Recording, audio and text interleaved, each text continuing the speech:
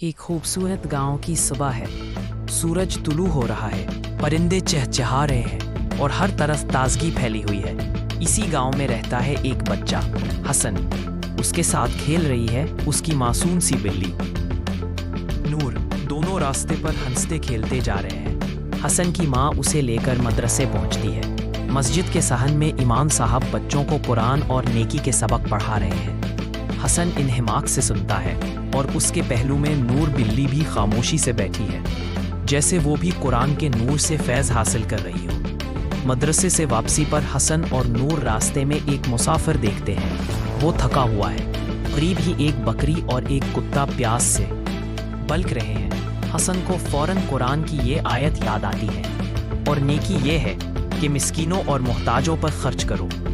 हसन अपने घड़े से पानी निकालता है, मुसाफिर को पिलाता है और जानवरों को भी पानी देता है। नूर बिल्ली भी अपने अंदाज में साथ रहती है। ये मंजर देखकर इमाम साहब और गांव के लोग जमा हो जाते हैं। इमाम साहब मुस्कुराकर कहते हैं, अल्लाह ताला नेकी करने वालों को कभी ज़ाया नहीं करता। हसन खुश है, उसका दिल सुकून से भर गया है। शाम को हसन अपनी माँ के साथ घर में बैठा कुरान खोलता है। वो दुआ करता है, या अल्लाह, मुझे हमेशा नेकी करने की तौफीक दे। नूर बिल्ली भी करीब आकर सुकून से लेट जाती है, जैसे वो भी इस दुआ में शरीक हो।